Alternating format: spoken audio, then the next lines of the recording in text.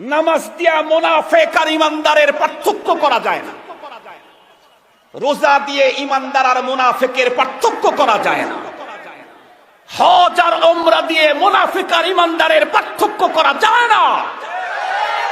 তাহাজ্জুদ দিয়ে ইমানদার আর মুনাফিকের পার্থক্য করা যায় না। জিকির দিয়ে ইমানদার আর মুনাফিকের পার্থক্য করা যায় না। মুনাফিক আর ইমানদারের পার্থক্য তো তখন প্রমাণিত হয় যখন রব্বুল আলামিনের ইজ্জত আর সম্মান, পয়গম্বরের ইজ্জত আর সম্মান, আর আমার দল, পার্টি, গ্রুপ আর ব্যক্তির সম্মান যখন সামনে আসে, ওই মুহূর্তের ভিতরে যেই সমস্ত মানুষেরা নিজের ব্যক্তি, গ্রুপ, দল, নিজের ব্যক্তিত্বের সব সম্মানকে পিছনে ফেলে রেখে আল্লাহর রাসূলের সম্মানের জন্য রাস্তায় নেমে যায়, তখনই প্রমাণ হয় কে ইমানদার কে মুনাফিক।